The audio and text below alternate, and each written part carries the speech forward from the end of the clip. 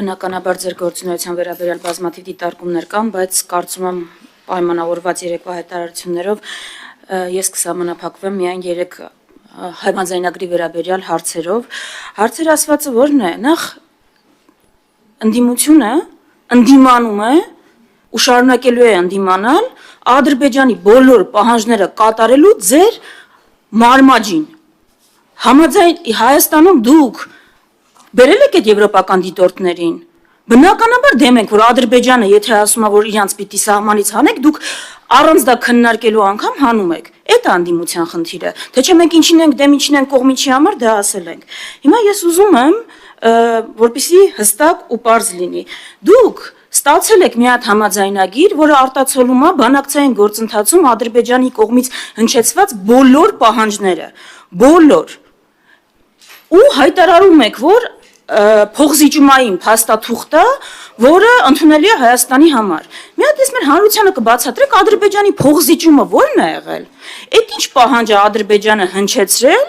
որից հետ է կանգնել, զիջել է ինչ-որ բան։ Ո՞րն է եղել Ադրբեջանի փոխզիջումը այս բանակցային գործընթացում։ Ես հիշեցնեմ, որ դուք սկսել եք բանակցել ենք այդից, երբ որ Ադրբեջանի պահանջները վերաբերում էին բացառապես Արցախին, հիմա հասել եք այնտեղ, որ Ադրբեջանը հրապարակային նախապայման է դնում սահմանադրություն փոխելու, պահանջում է Հայաստանի Հանրապետության քաղաքացիներին։ Իսկ երաշխավորել եք Ադրբեջանի ստիպել եք ընդունել Հայաստանի Հանրապետության տարածքային ամբողջականությունը նենց, այն նենց է ընդունել, որ եկել է 240 կիլոմետր զորքով զավթել է։ Այդ նենց ճանաչել ու ընդունել է Ադրբեջանը ձեր բանակցությունների արդյունքում։ Եվ երկրորդը, ես շուրջ 1 ամիս առաջ հարցրել եմ ազգային ժողովի լիագումար նիստերի հարց ու պատասխանի ընթացքում, արդյոք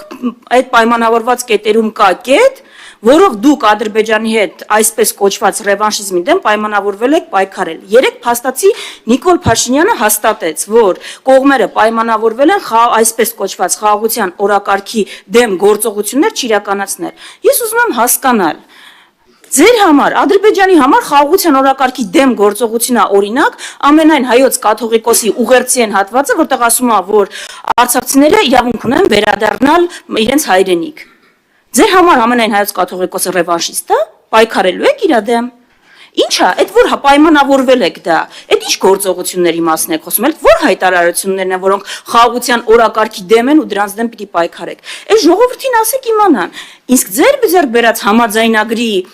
նշանակության մասին կամ այդ ձեռք բերում որպես գիտեք, այսինքն նշանակության չէ, բանի մասին խոսում է այն, որ ընդհանրեն այն հայտարարությունից հետո, մի ժամ հետո այն հայտարարությունից, որ դուք բոլոր ամեն ինչ համաձայնացրել եք, Ադրբեջանը եւս 2 նախապայմանի մասին է խոսում։ Այ էս է ձեր վարկը, այն ձեր կառուցողական ու կիրթ գործընկերոջ հետ ում հետ բանակցում եք։ Ես ուղղակի ներողություն պարոն Ջանց կուշացնեմ, որ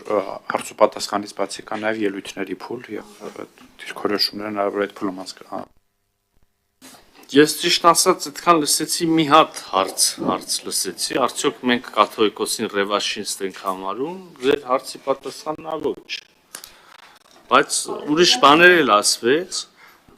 պետք է անպայման անդրադառնամ։ Գիտեք, Տիկին Վարդանյան, դուք ասում եք դուք միայն ընդունում եք Ադրբեջանի բոլոր պահանջները, էսա ձեր համաձայնագիրը։ Դրանից անմիջապես հետո մի բան խնդրեմ, էլի, որ հիմա որ ավարտվի, գնացեք մի հատ ձեր ասածը լսեք վիդեո։ Դուք ասում եք բոլոր պահանջները ընդունում եք, էտա ձեր համաձայնագիրը միայն Ադրբեջանի պահանջներով։ Անմիջապես 2 նախադասություն հետո դուք ասում եք պահանջներ, որոնք շատ լավ վստահ եք, որ այդ պայմանագրում չկա։ Իսկ այդ պայմանագրի տեքստը համաձայնեցված է։ Հետևաբար համաձայնեցված եւ պայմանագրի, ուրեմն բանակցությունը ավարտված է։ Հիմա Ինչ ասիճեր Ադրբեջան, այդ է հարց, առաջին հարցը։ Հիմա այն համաձայնագիրը, ախ ծերովան, պատասխանում եմ հարցը լսեցի։ Լավ չեք հասկանում ուրեմն մեր պատասխանները։ Լավ,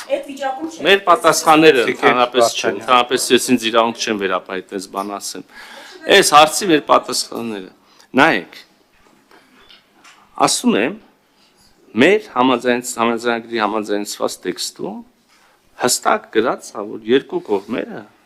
ճանաչում են միմյանց տարածքային ամբողջականությունը եւ դրա հիմքում ընկած է 1991 թվականի Ալմաթայի հռչակագիրը, որը շատ հստակ սահմաններ է գծում այդ տարածքային ամբողջականությունների համար։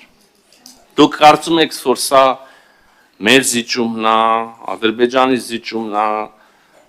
թող այդ երկրները իզնից չնեղանան, Մալայզիայի զիջումն է, Պանամայի զիջումն է, դուք գնացեք ոնց ուզում եք, ես համարում եմ սա էական ձեռքբերում։ Ընդհանրապես մի հատ էլ եմ ուզում ասեմ, փաստաթուղթը առաջիկայում, երբ որ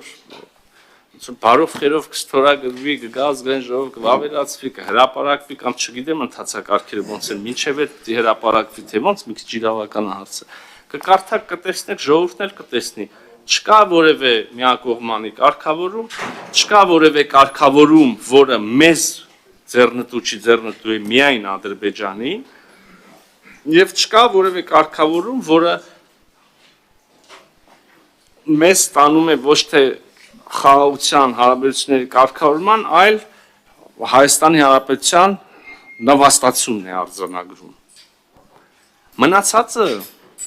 լավ ուրիշ բան ասեմ, Տիկին Վարդյան, դուք ոնց որ մակերեսի մասին եք ասում, ես առաջարկում եմ առանց սեթևեթելու խոսել բուն խորը էության մասին հարցի։ Հարգելի գործընկերներ, հարգելի քաղաքացիներ, խաղաղությունը Հայաստանի Հանրապետության գոյության միակ ձևն է։ Ադրբեջանի հետ խաղաղությունը եւ հարաբերությունների կարգավորումը բխում է Հայաստանի Հանրապետության շահերից։ Մնացածը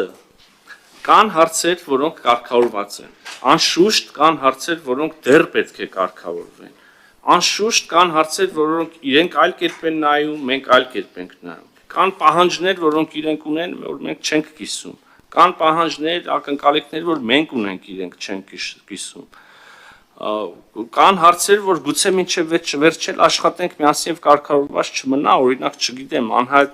կորածների, ճակատագրերի պարզաբանում եւ այլն։ Թնջուկը եւ բարդությունների ուրեմն խումբը իսկապես մեծ է, բայց խաղաղությունը ընդհանրապես հեշտ գործընթաց չի, եթե այդպիսի լիակատար փոխըմբռնում լիներ, արդեն բոլոր հարցերը լուծված կլինեին։ Իհարկե կան խնդիրներ։ Մի մասը ձեր ասածի խնդիր չեն, այսինքն ինտերպրետացիայի հարց է, մի մասը կարողական դուք չգիտեք,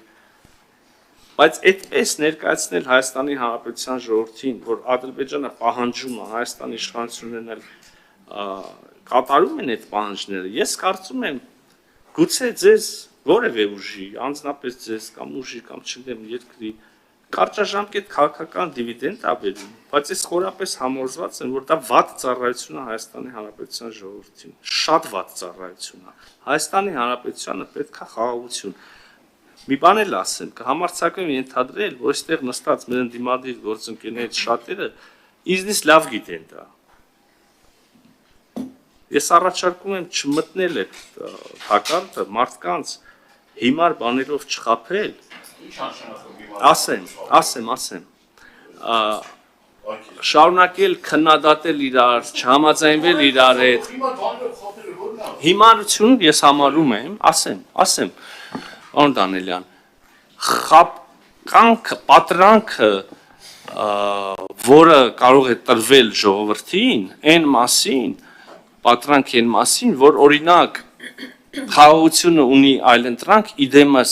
պատերազմի, իդեմս հոխորտանքների, իդեմս ռազմական գործ, հիմա սրա մասին է խոսքը, ես քիչ առաջ ասում էի, որ երբեմն մենք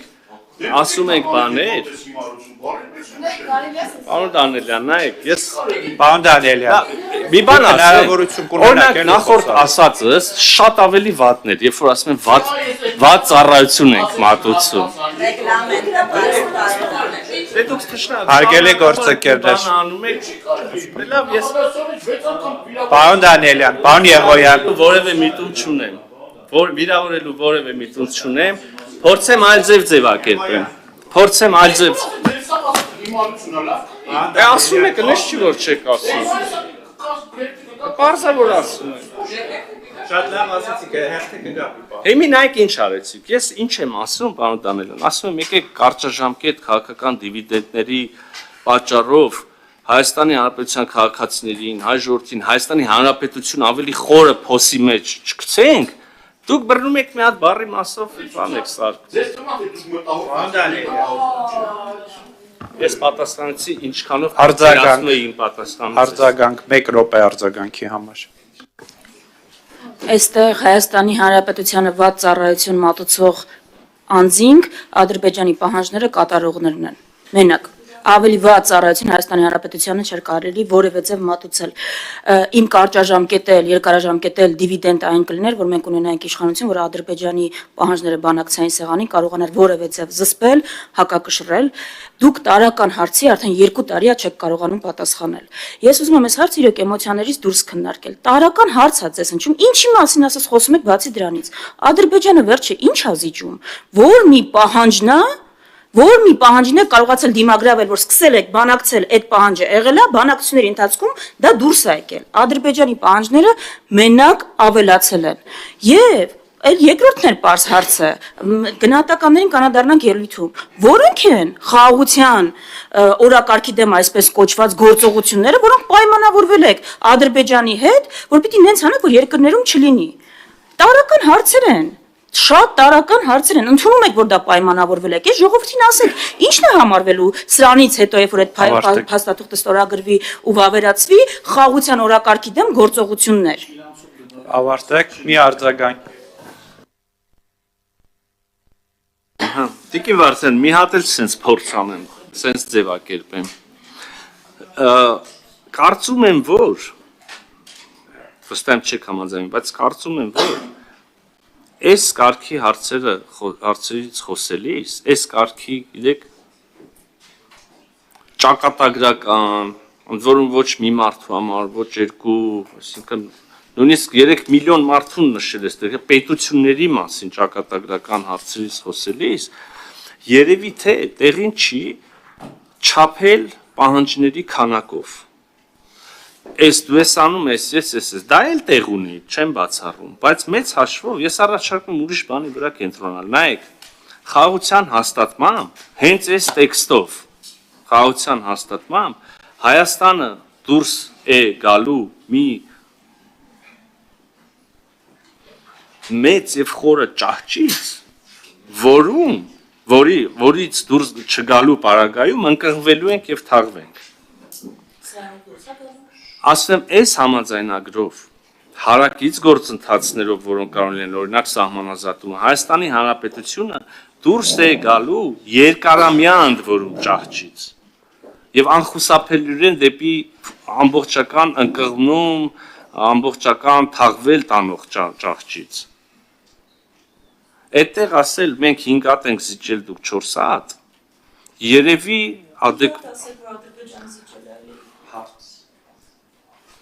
Հիմա ես ինչ եմ ասում, ընդհանրապես այդ մոտեցումը չեմ կիսում։ Համեցեք բան կոչը։